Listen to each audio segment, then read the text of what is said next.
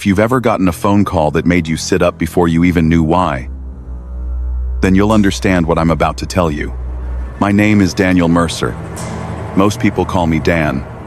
I've been a cave rescuer for a long time, long enough that late-night calls don't usually rattle me.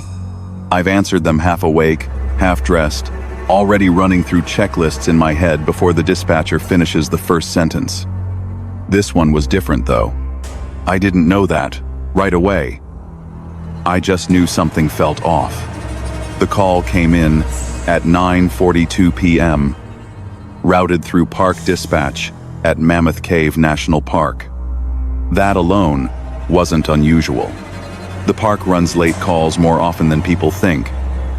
Hikers underestimate distances. Tourists wander off marked paths. Most of the time, it's manageable.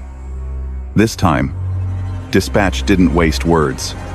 They told me we had 2 missing persons underground, a father and his teenage son, Michael Holloway and Ethan Holloway, experienced enough to know better, according to the file.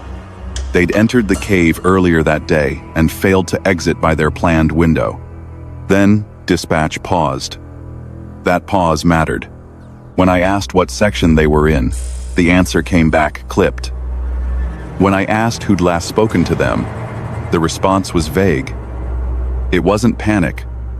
On the other end of the line, it was restraint. Like someone was choosing very carefully what not to say. The last confirmed contact had been a text message sent from Michael's phone. Dispatch read it to me, word for word. "We're okay. Just turned around. Signal's weird down here. Heading back now." On paper, that should have been reassuring. People get turned around underground all the time. Signal issues aren't rare. The message said all the right things. But I remember staring at my phone after the call ended, reading that text again in my head, and thinking about what it didn't say. No location, time estimate, nor follow-up message after that. And the phrase, "just turned around," stuck with me. Because that's usually something you say when you're trying to convince yourself, not someone else. I packed my gear the same way I always did. Muscle memory. Routine. But the whole time, it felt like details were being kept just out of reach. Like this rescue came with a version of the story we weren't hearing yet. By the time I pulled out of the driveway, one thought kept circling back. Why did this call feel different? And what really happened after that last text? We assembled at the staging area just after midnight. No speeches, no long discussions. Everyone knew their role. That's how cave rescue works when it's done right. You don't overthink things at the surface. You trust the process. I had Sarah on medical, Elena handling navigation and mapping, Tom on rigging and anchors. Solid team. People I'd trust in tight places without a second thought. We ran standard checks, harnesses, lines, radios, backup lights, everything accounted for, which was working perfectly fine. We logged our entry time and stepped into the cave. The first stretch went exactly the way it should. Cool air, damp stone, headlamps cutting clean tunnels through the dark. Rope tension felt right. Footing was steady. Nothing out of place. If someone had asked me in that moment whether anything was wrong, I would have said no. A few minutes in, the radios lagged. Not much. Just a beat between transmission and response. We chalked it up to depth and stone. That happens. Then, sound started behaving a little odd. Voices carried farther than expected. Then, dropped off suddenly. Echoes didn't come back the way they should. We blamed humidity and irregular chamber shapes. Air pressure shifted in a way that made your ears want to pop, then leveled out again. Subtle enough to ignore if you weren't paying attention. Each thing on its own was nothing. Together, they were noticeable. We talked it through, the way professionals do. Stress, fatigue, long day. No reason to jump at shadows. I agreed with them, mostly. But as we moved deeper, I caught myself listening harder than usual, waiting for something I couldn't quite name. The cave felt quiet in a way that wasn't peaceful, more like expectant. We kept walking, marking our route, doing everything by the book. No incidents, no alarms, or clear signs of trouble. Because by then, 3 questions were already sitting in the back of my mind, unanswered. Were these small issues just stress and environment? Why did the cave sound wrong even when nothing was happening? And was this place simply reacting to us being there? We kept moving anyway. That's what rescuers do. At first, it wasn't anything dramatic. No sudden noise or even obvious change. The cave started feeling weird. That's the best way I can put it. Sections we'd already moved through seemed to stretch when we passed them again. Rope lengths didn't match the distances we expected. A line that should have reached an anchor, with slack, came up tight instead. Another gave us extra length we couldn't account for. Elena stopped twice to recheck her measurements. Both times, she came up with the same numbers she'd logged earlier. Maps are solid, she said, more to herself than to us. I believed her. The maps hadn't changed, but the space we were moving through didn't feel like it was respecting them. Sound was the next thing to go strange. Footsteps echoed where they shouldn't. At one point, I heard Sarah speak, turned toward her, and realized she hadn't said anything at all. We chalked it up to depth. Stress. Fatigue setting in. Underground work messes with perception.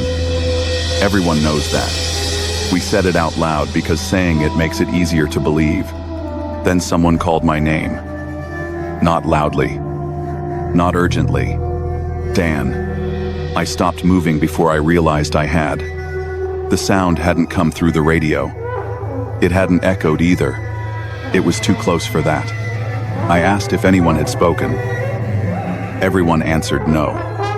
We stood there for a moment longer than we should have. Lights steady, listening for a repeat. Nothing came. I told myself it was my brain filling in gaps. We'd been underground long enough for that to happen. It wasn't unheard of. It wasn't even rare. Still, I found myself listening harder after that. As we went deeper, the cave stopped feeling passive, like it adjusted slightly when we moved, then settled again once we passed through. Elle didn't say that out loud. I didn't want to give it shape by naming it, but 3 questions stayed with me, stacking quietly in the back of my mind. Who called my name? Was my perception already slipping? And was the cave just sitting there? Or paying attention? The first thing we noticed wasn't that someone was gone. It was that everything else was still there. We were moving between anchor points at a steady pace. Nothing rushed. Tom was ahead of me. Sarah behind. Elena was logging positions like she always did. The spacing was right. The rope was clean. No slack where there shouldn't have been. Then we reached the next anchor. Tom wasn't there. At first, none of us said anything. Underground, you expect people to be just out of sight. I called his name once. Normal volume. Not alarmed. No answer. I checked the rope. Still tensioned. Still clipped exactly the way Tom had rigged it. No fraying. No sudden change in load. The anchor itself was solid, untouched. There hadn't been a sound. No shout. No scrape or impact. Sarah scanned the passage below with her light. Nothing. Elena checked above. Same result. We went through the possibilities quietly. Equipment failure didn't fit. A fall would have left evidence. Tom wouldn't have moved on his own without saying something. He was disciplined that way. And yet, he was gone. Standing there. looking at an intact system with a missing person attached to it. My mind kept trying to force a normal explanation into place. That's what training does. It looks for causes you can correct, but nothing lined up. What stuck with me was how undisturbed everything looked. The cave hadn't reacted. No sign of movement, no disruption. Just an empty space where someone had been seconds earlier. We checked again. Same result. Eventually, we marked the location and documented everything. That part mattered. Not because it helped in the moment, but because it proved later that Tom hadn't just wandered off. As we moved forward, the absence followed us, and the questions that had been building quietly before were no longer quiet. Where did he go? Was he still alive? Did the cave take him? Or did he move on his own? We didn't have answers. We kept moving anyway. The cave didn't answer our questions right away. Instead, it waited until we'd started moving again. We hadn't gone far from the last anchor point when we heard Tom's voice for the first time. It came from somewhere behind us, low and steady, like he was speaking under his breath. Anchor looks solid. You're clear to move. Every one of us stopped. That wasn't close to something Tom might have said. That was something Tom would say. Same phrasing, same calm delivery, same timing. I keyed my radio without thinking. The response didn't come through the radio. It came through the cave. Same voice and tone. Spacing's good. Keep it tight through the next drop. Sarah looked at me. Elena didn't say anything, but I could see her shoulders tense. No one panicked. Panic would have been easier to deal with. We did what professionals do. We tried to explain it. Sound does strange things underground. Voices travel along rock in ways that don't make sense on the surface. Stress fills in gaps you don't realize are there. We'd all heard stories about that. But this wasn't random noise. The voice used correct terminology. It knew where we were in the sequence. It referenced actions we were actively taking. I asked Tom where he was, asked him to identify himself. Standard protocol. There was a pause, just long enough. Then the voice answered, "You're closer than you think." That was when it stopped lining up with reality. The voice gave directions that didn't exist. It told us to move toward landmarks we couldn't see. When Elena checked the map, nothing matched. The cave didn't support what the voice was saying, but the confidence never changed. It wasn't asking for help. It wasn't distressed. It sounded like it knew exactly what it was doing. At one point, it used my name. Perfectly. Like we were standing next to each other. That was when the questions shifted. How did it know Tom's these words? How did it know our procedures? And if it wasn't him, what was it pulling from? We stopped responding verbally. Limited movement. Cut unnecessary chatter. The voice kept going anyway. Adjusting, correcting, staying just ahead of us. It wasn't following us. It was guiding. When it finally went quiet, the silence felt heavier than the sound had. Because now, we weren't just asking where Tom had gone. We were asking how much of him was still there. After that, things started slipping sideways, not all at once, but piece by piece. Navigation turned into arguments. Not shouting matches. Quiet disagreements. Someone would suggest a route, and someone else would hesitate. Maps were checked more often. Decisions took longer. No one trusted the first answer anymore. Physical symptoms showed up next. Sarah complained that her hands felt numb, even though her circulation was fine. But Elena started complaining that her breathing felt slow, like her chest wasn't getting the message right away. I caught myself checking my watch repeatedly, convinced more time had passed than actually had.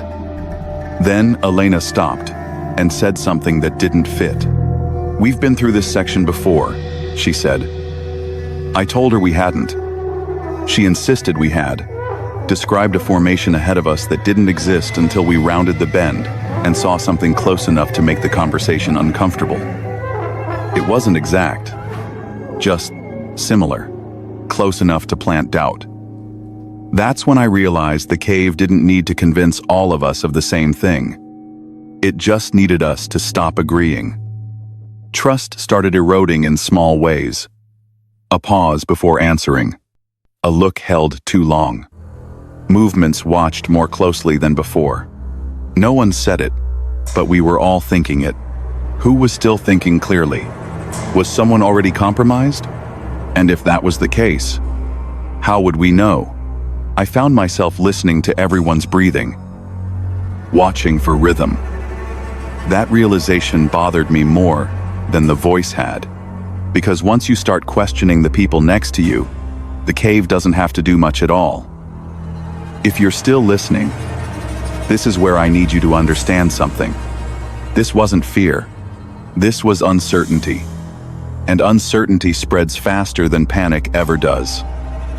We kept moving. We had to. But the group wasn't moving as one anymore. And whatever the cave was doing, it was working. By the time we started finding the gear, we weren't surprised anymore. That might sound strange, but it's true. After the voices and the arguments and the way time had started slipping around us, discovering that others had been here before almost felt expected. The first item was a length of rope coiled near the wall, half buried under dust and grit. It wasn't ours. The sheath was faded, stiff to the touch. The kind of rope you don't see issued anymore unless someone's been holding onto it for a long time. Sarah knelt beside it and ran a gloved hand along the fibers. "This isn't recent," she said. She was right. It hadn't failed. It hadn't been cut. It had simply been left behind. As we moved on, more things showed up. A helmet tucked into a narrow crack, like someone had set it there carefully. A pack frame resting against stone, straps still buckled, carabiners clipped to nothing, hanging where a line should have been. None of it looked broken. That was the part that stuck with me. These weren't signs of panic. They weren't signs of collapse or chaos. Then we found the markings. Names scratched into the rock at shoulder height. Not messy, not rushed, just deep enough to last. Some were hard to read. Others were clear as day. Sarah read one aloud, then stopped. "That name's familiar. It was to me too. A responder who went missing years ago during a search that never got resolved." I remembered the case because of how quietly it ended. No closure. Just paperwork and silence. There were more names, too many to ignore. We didn't say it outright, but the understanding settled in anyway. This had happened before, more than once. Over a long stretch of time, the cave didn't just take people. It kept them, and it kept their things like proof. I found myself wondering how long those names had been there. How many teams had walked past them without seeing, or seen them and not understood. How many people thought they were close to getting out when they carved their name into stone. Rescue stopped feeling like the right word, because rescue assumes someone is waiting to be found. Standing there, surrounded by the remains of other attempts, it felt more like we were being cataloged. We moved on quietly after that. No one touched the gear. No one added their name. But the questions didn't go away. How long had this been happening? What happened to the people who stayed? And was rescue even possible anymore? By then, there were only two of us still moving together. I won't go into how we lost the others. Not because it was dramatic, but because it wasn't. People didn't vanish all at once. They drifted out of reach, took turns that didn't lead back, stayed behind for reasons that made sense at the time. At some point, it was just me and Sarah. We decided to head out. That wasn't a debate. Whatever this place was, it wasn't giving us anything new, just rearranging what we already knew. We followed the route we'd logged on the way in. At least, we tried to. The first exit point wasn't where it should have been. Same chamber, same markings, but the passage itself narrowed instead of opening up. No collapse, no blockage, just a different shape. Sarah checked the map, then checked it again. "That's not right," she said. We backtracked and tried another route. Same result. Nothing looked damaged. Nothing looked forced. The cave hadn't closed anything off, it had simply changed where things went. We slowed down after that. Every time we stopped to reorient, the space felt slightly different when we moved again. Angles shifted just enough to notice. Distances felt longer on the return than they had on the way in. Sarah said something that stuck with me. "It's like it doesn't move while we're looking at it." I knew what she meant. Paths stayed where they were as long as we focused on them. But once we turned away, once we moved on, the layout didn't feel guaranteed anymore. We marked a turn with chalk. When we came back, the mark was still there. The passage wasn't. I checked my watch and realized I couldn't tell how long we'd been trying to leave. Time hadn't stopped, it just wasn't lining up the way it should. That's when a different question pushed its way forward. What if escape wasn't blocked? What if it was allowed? The idea didn't sit right, but neither did the alternative. We reached what should have been the final junction before the main ascent. The place where the air usually changes, where you can feel the surface getting closer. It wasn't there. Sarah sat down hard and let out a short laugh. Not hysterical, just tired. "Maybe it decides," she said. "Not the cave, just whatever's part of it." I didn't argue. Standing there, with only two of us left and the exits refusing to behave, the thought settled in deeper than I wanted. Is escape something you earn? Does the cave choose who leaves? And if it lets you go, is that actually better than staying? We kept moving, because stopping didn't feel like an option. But the longer we searched, the more it felt like the cave wasn't keeping us from leaving. It was deciding what leaving meant. By the time it came down to a choice, it didn't feel heroic. There was no big argument, no raised voices, just two exhausted people standing in a place that no longer felt neutral. Me and Sarah. That was all that was left. We both knew what the problem was, even if neither of us wanted to say it out loud. If we left, if we could leave, we didn't know what would come with us. That thought kept circulating in my mind, ever since the cave began rearranging itself without warning. Sarah was the one who finally said it. "If this thing keeps people," she said, "what happens when someone gets out?" A.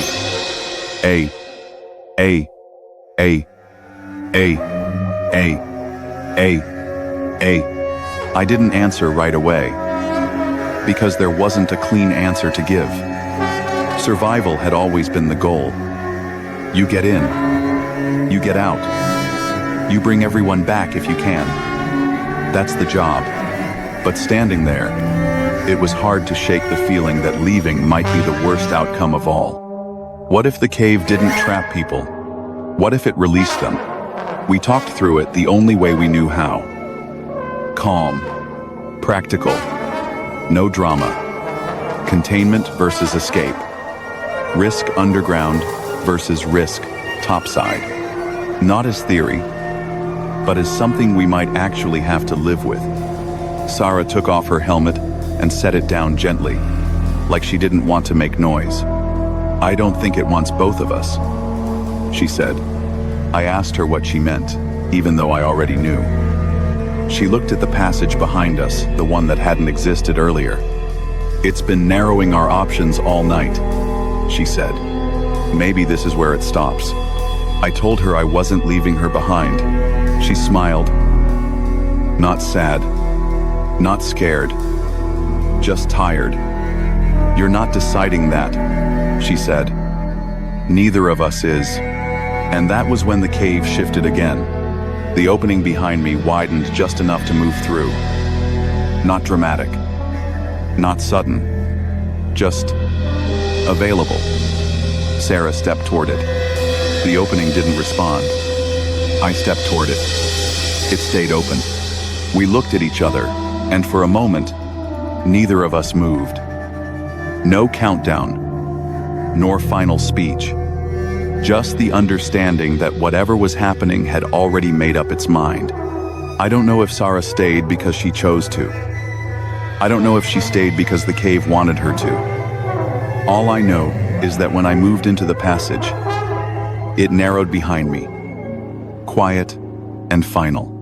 I didn't hear her call out. And I didn't turn around. The climb out took less time than it should have. That was the first thing I noticed. The air changed gradually. The rock felt familiar again. My watch started behaving like a watch. When I emerged and saw the sky, it didn't feel like relief. It felt distant, like something I remembered rather than something I was part of. Park rangers were there. Medics. Radios crackling with voices that made sense again. Someone asked me my name. I answered without thinking. They wrapped me in a blanket and walked me away from the entrance. The cave stayed behind me. Quiet, exactly where it was supposed to be. Medical checks came back clean. Heart rate normal. Oxygen good. No signs of exposure to anything unusual. I answered questions, filled out reports, repeated timelines until they stopped asking. From the outside, it probably looked like a hard call with a rough ending. Life on the surface didn't feel wrong. That was the unsettling part. It felt normal enough to pass, but small things didn't line up. Once, I realized I'd been standing still for several minutes without breathing, and it hadn't bothered me at all. Doctors said stress does that. Trauma, fatigue, all reasonable explanations. I wrote my official report the way they wanted it. Clean, factual, no speculation, no questions I couldn't answer. This isn't that report. This is what didn't fit. Because sometimes, late at night, I hear echoes that don't belong to any room I'm in. Not loud, but clear. Just familiar enough to notice. And sometimes I wake up feeling like time passed without me being part of it. I think about Sarah, about the names carved into stone, about how many people probably walked out of places like that before me, convinced they'd beaten the odds. And I wonder if the cave ever really loses track of anyone. If you're hearing this now, I need you to understand something. I don't know if this is a warning. I don't know if it's bait. I don't even know if I'm the one telling it anymore. Or just the voice that got out. All I know is this. The cave doesn't need to follow you. Sometimes, it just waits until you leave. And if this story sticks with you, if you find yourself thinking about it longer than you should, ask yourself one question. Is that because you heard it? Or because something wanted you to? Because surviving doesn't always mean you escaped. And leaving doesn't always mean you're free.